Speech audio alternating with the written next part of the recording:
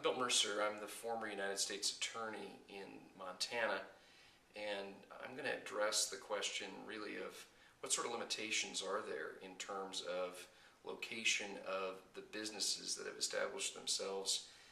as medical marijuana dispensaries. I think the answer is twofold. The first answer is if a community has adopted an ordinance that says that no business license can be issued or no business use can occur if that use would be inconsistent with local, state, or federal law. And because the mere possession of marijuana is in violation of federal law, a federal crime, then any local government, whether it's a county or city, has in fact adopted language in an ordinance to that effect, then in those communities there wouldn't be any ability for a caregiver to operate within the city limits and to dispense marijuana because it would be inconsistent with federal law. Now, very few Montana communities have such a limitation on the books. Helena does, but virtually all the other communities that I'm aware of do not. So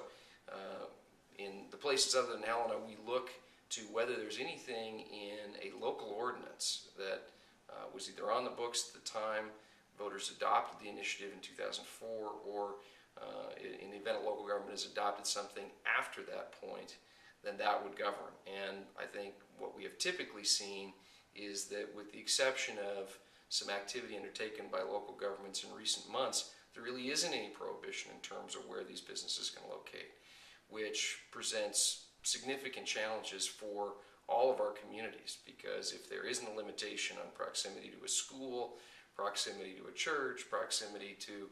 a community center, then there isn't anything in the law that was adopted by voters that limits that. And that has proven, I think, to be a real problem for a lot of cities who are very concerned about